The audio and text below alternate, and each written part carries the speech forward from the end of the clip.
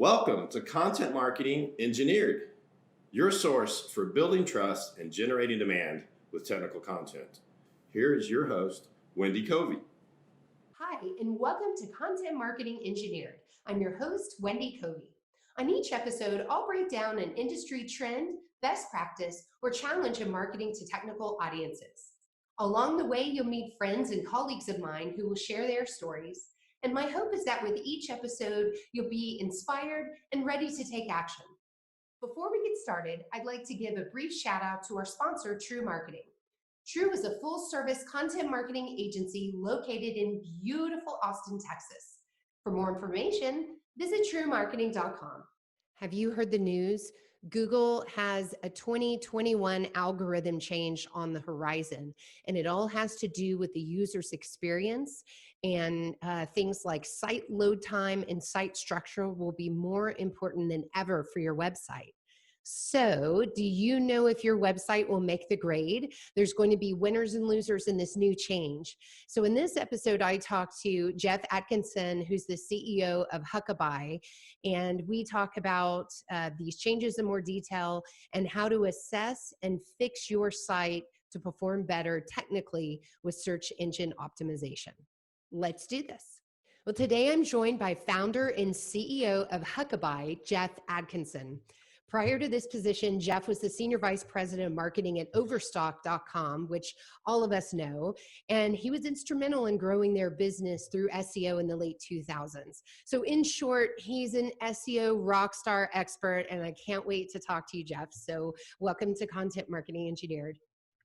Thanks, Wendy. It's great to be here. Thanks for having me on. You bet. Well, before we get started, I'd like to hear a little bit more about your journey into digital marketing. Absolutely. You know, it's kind of a weird journey. I was actually a ski racer in college back east. Yeah, I spent a year on the U.S. ski team and I skied in college, and I was moving to New Zealand of all places. My mom, who had just spent all this money on, you know, my college education, was like, you have to take one job interview before you leave. And she worked with career services to sort of pick the perfect interview. And that ended up being Overstock.com. So I was a sociology major. I didn't really know anything about digital marketing. I started on the ground floor, you know, about as low as you could possibly get at Overstock. But yeah, I ended up having a bit of a mind for it. So here I am, 15 years later in Utah, of all places to end up. And there's some pretty good slopes in Utah, I have to say. So yeah, that was part of the decision, that's for sure. I bet. Well, that's really interesting. And I took a peek at your LinkedIn profile and saw you really did hold quite a few different positions at Overstock on your way up the ladder, so to speak. Mm-hmm. What led you to leave and start your own business? Yeah, it was something I always wanted to do. You know, it's always a sort of tricky jump, and it takes, you know, I talked to a lot of people that are interested in making that jump, but it's a hard one, you know, to go from a high paying salary and very comfortable position to, you know, you're putting together IKEA furniture. It's not, you know, nearly as glamorous as it sounds, but I think there was just always this sort of passion to do it. And I knew that I had to try at some point, and the older I got, the harder it'd be with family and so on and so forth. So I was in a somewhat low risk situation when I made the jump, and yeah, it wasn't an easy call, but here we are. You know, boy, it's been about 7 something years, more than that, later, and yeah, just loving it.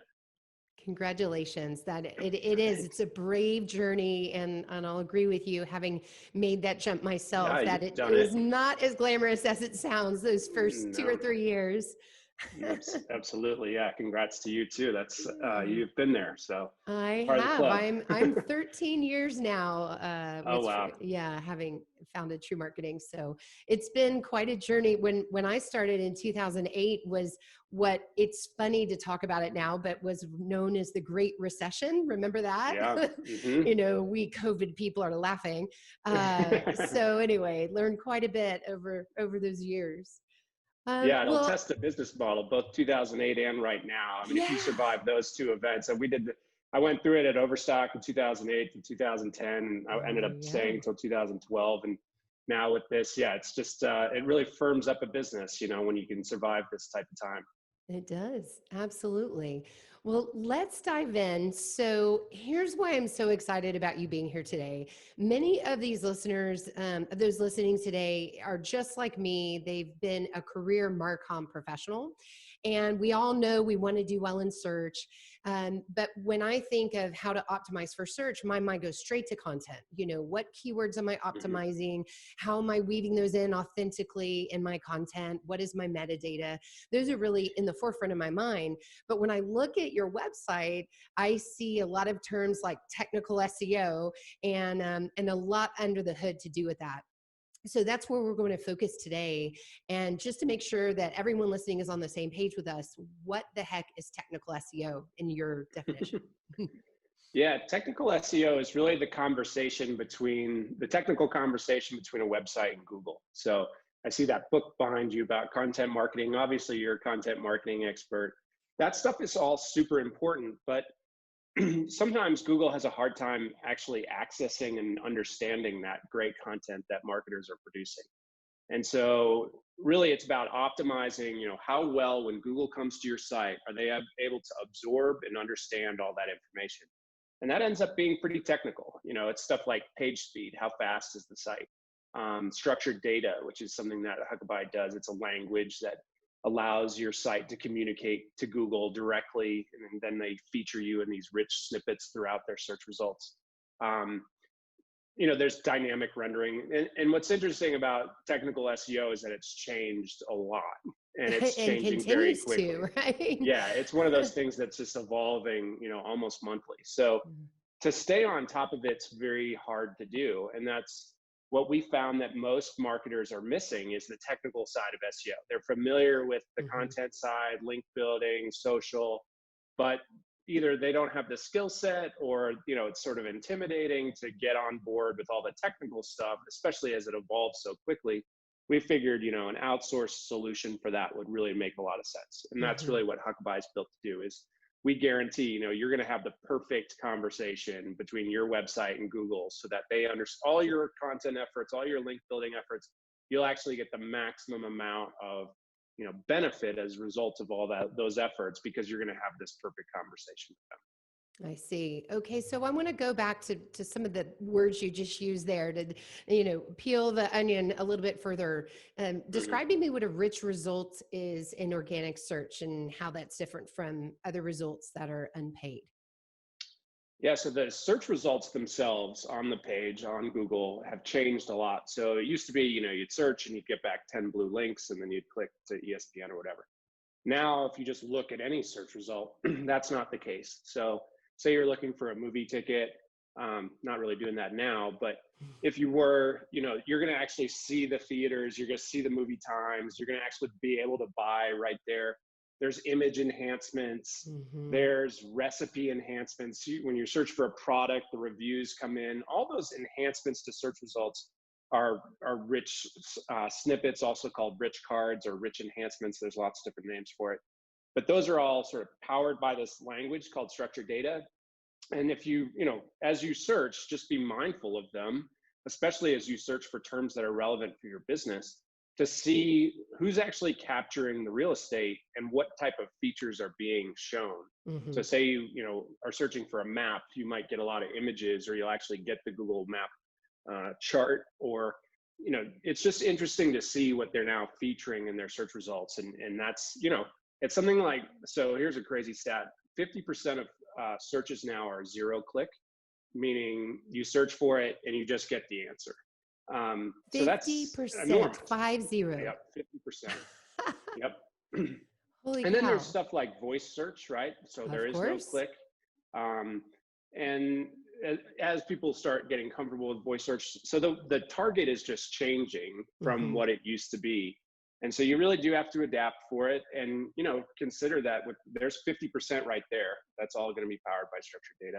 Yeah. And then on top of that, look at your own search behavior and how often are you clicking through like a rich result versus just a blue link. And if you monitor it, there's some estimates that it's like upwards of 70-80% now are going through these types of rich cards versus just clicking a blue link because you think it's the most I will relevant. admit, my very last search I did, I have a little bit of swimmer's ear from scuba diving last week, and I did exactly what you're describing. And I got the rich results and looked through and kind of solved my issue without ever clicking in further.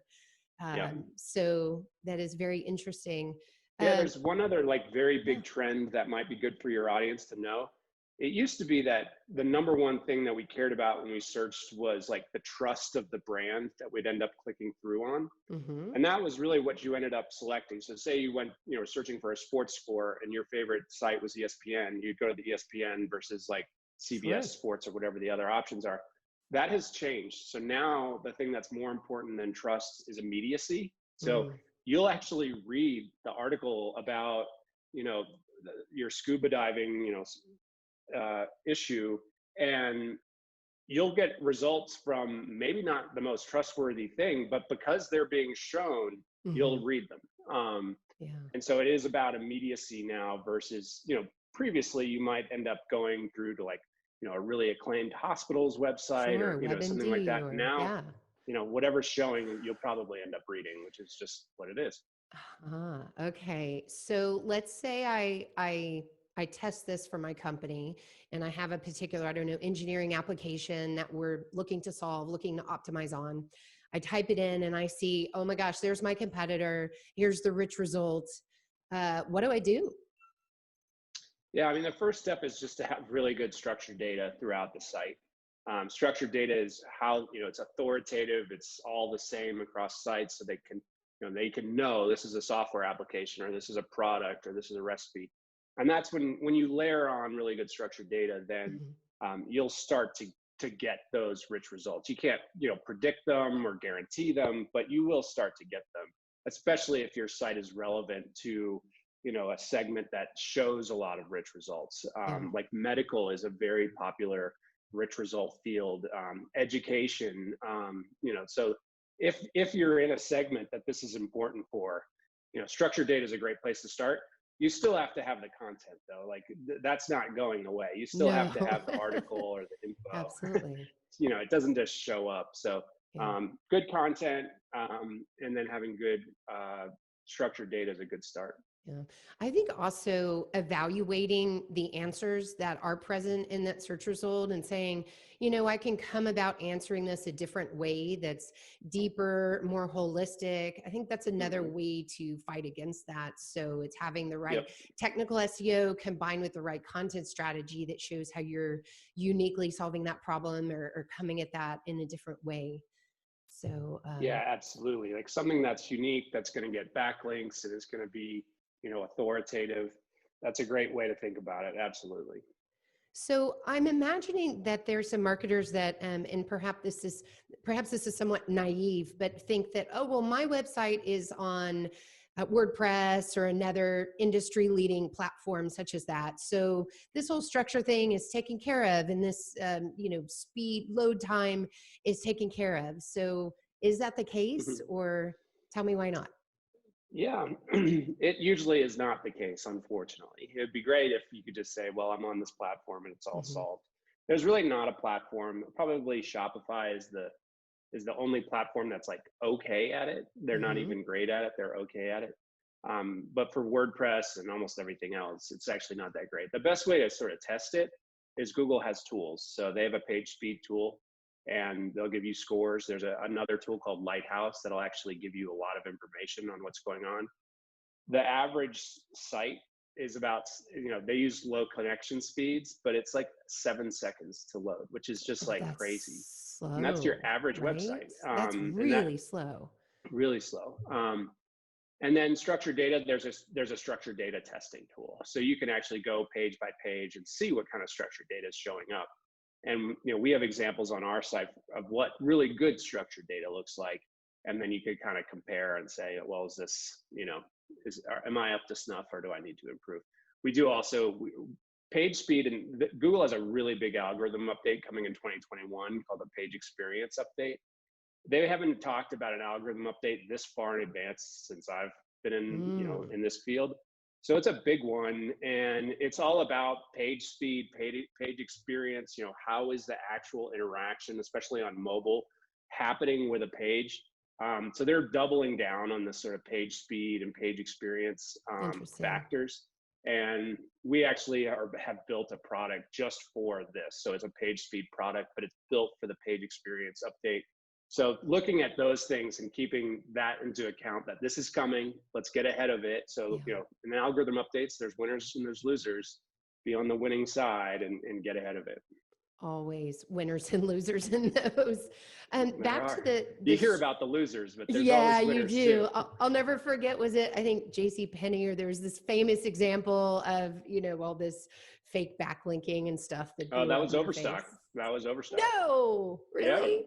we got banned for 6 months for having all these. Yeah, it's a real, I don't know if it's a badge of honor, but we sure pushed the limits to the I'm point that we got sorry banned. for Yeah. picking a scab there. No, it's totally fine. I'm not, Uh, not in that world anymore. We're on the up and up now. There you good, yes. Well, back to, you mentioned there was a tool that you can use to measure your site in terms of structured data. What tool can you use for that? It's called the Google Structured Data Testing Tool. Okay. So very descriptive, easy to find, and it's it totally works, and it's how they see your site. Awesome. Okay. So what other advice do you have for content marketers listening that are interested in tackling this? Yeah, I think just being, the first step is learning and just being aware of what it is.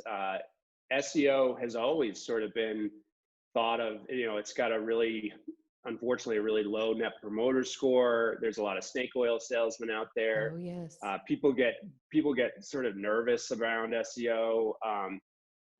We really try to make it as transparent and open and honest as possible. And I think taking that attitude and really questioning, sometimes, who you're working with, is it effective? Am I spending money and it's getting results? There's just a lot of sort of money going out the window in SEO. So I think being transparent and then knowing what actually moves the needle is really important. So, this stuff, you just have to sort of start by learning about it. And, people might not be convinced that it's important, but we're thoroughly convinced that it's important. Our customers grow like crazy. Yeah. And, knowing about it and then trying to find some sort of solution. So you can sort of do some of this stuff internally. There are external vendors that can help. But yeah, I think, just knowing about it, reading about this new page experience algorithm update is something I'd highly recommend, probably as a starting point almost, to start thinking about where Google's going instead of what's happening right now, and trying to get ahead of it before the end of the year. It's a great time to invest in SEO because we can't do a lot of other things that we're normally busy with. So SEO does take time. So it's a fantastic time to invest in SEO. We find a lot of marketing dollars are sort of moving from paid channels to SEO right now because the paid channels got crushed and they really either took a revenue hit, and now they need this sort of long-term growth strategy that's reliable, and SEO is always the best way to sort of that's a great channel for that. It really is. Well, I know you have some helpful resources on the Huckabuy website. Where can you point people to? Yeah, it's just huckabuy.com, HUCKABUY. We love podcast listeners, so we always give them a hefty discount. You just sort of say that, you heard about us via your podcast. All right. And, yeah, we take care of podcast listeners. We found it to be an awesome channel and an awesome way to get the word out. Great.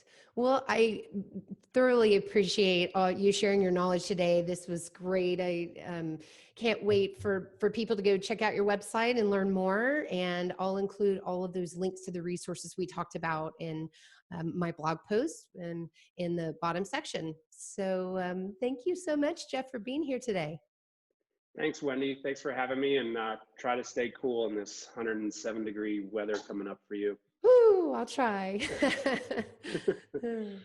Visit contentmarketingengineer.com for notes and resources from today's episode. While there, you can subscribe to my blog, which will keep you up to date on new episodes and other resources for building trust and growing your business with technical content. Thanks, and have a great day.